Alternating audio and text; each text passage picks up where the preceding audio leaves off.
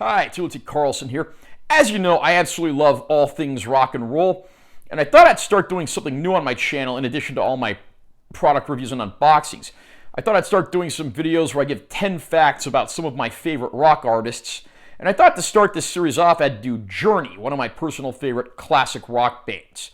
Now, these lists are probably going to be geared more towards casual fans than diehard fans, so if you're a diehard fan who's studied these bands religiously, you might not learn anything new, but I am hoping everyone will learn at least one or two new things from these lists. So, without further ado, let's get started with 10 facts about Journey.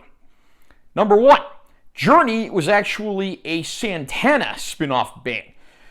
Keyboardist vocalist Gregg Rolie and guitarist Neil Schon previously played together in Santana, appearing together on the 1971 Santana 3 album. That's the one probably best known for the track No One to Depend On. Number 2, Prairie Prince was a founding member of Journey. Prairie Prince is known in the rock world for being a member of the Tubes, the classic new wave pop rock band, probably best known for their song She's a Beauty. But he was out of Journey before they recorded any albums, replaced by Ainsley Dunbar for the first few albums. Number 3, Steve Perry was not the original lead vocalist of Journey. The group recorded 3 albums before Steve Perry joined the band. These featured keyboardist Gregg Rolie as the only vocalist. Rolie even sang a few tracks after Steve Perry joined the band.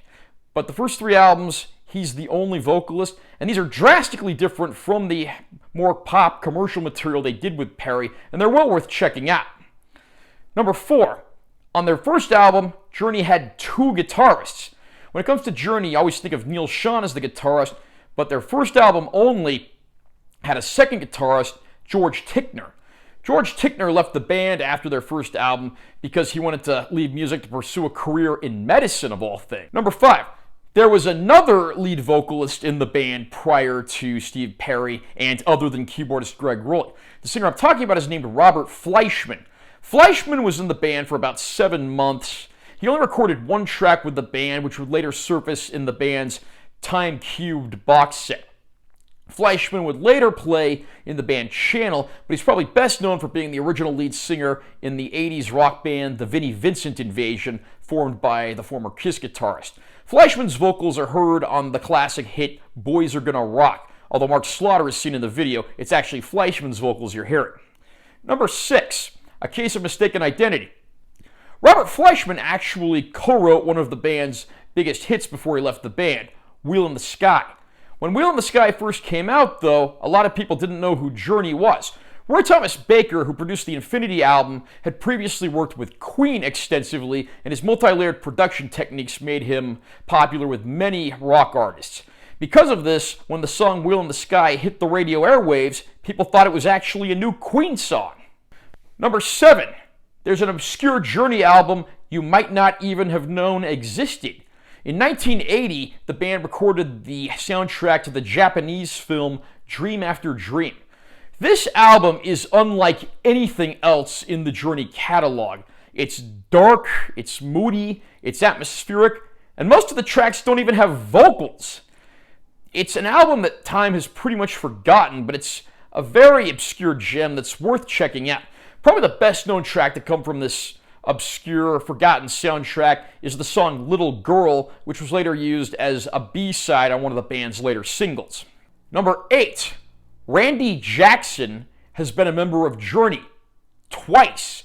In pop culture these days, everyone knows Randy Jackson, of course, for having been a judge on the TV series American Idol. But he was actually a member of Journey twice. He played bass on their 1986 album Raised on Radio and on the accompanying tour, and in more recent years when the band cut ties with bassist Ross Valory, he came back. Number 9, Journey was inducted into the Rock and Roll Hall of Fame in the year 2017. However, they were eligible for induction since the year 2000, as it has to have been 25 years since a band put out their first album to be considered for nomination in the Rock and Roll Hall of Fame. For many fans, it was certainly a good thing to see them get inducted. However, it took them 17 years to do so, all the while they were inducting several artists that had nothing to do with rock and roll. So, in many ways, it's seen as being a little too late.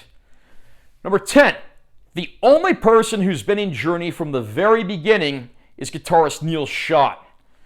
Everyone else in the band has been changed out over the years. There have been a few members that have left the band, come back, and so forth, but Neil Schon has been the one constant in the band.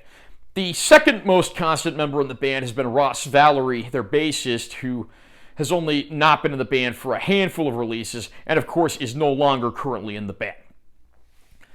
And there's 10 facts about Journey. Did you learn anything here about the band that you didn't already know? Comment down below and let me know what you think. Also, remember to subscribe to this channel for more content, because I'm always posting new videos, and make sure you give this one a like if you found it helpful. I'm Taylor T. Carlson. I'll see you next time.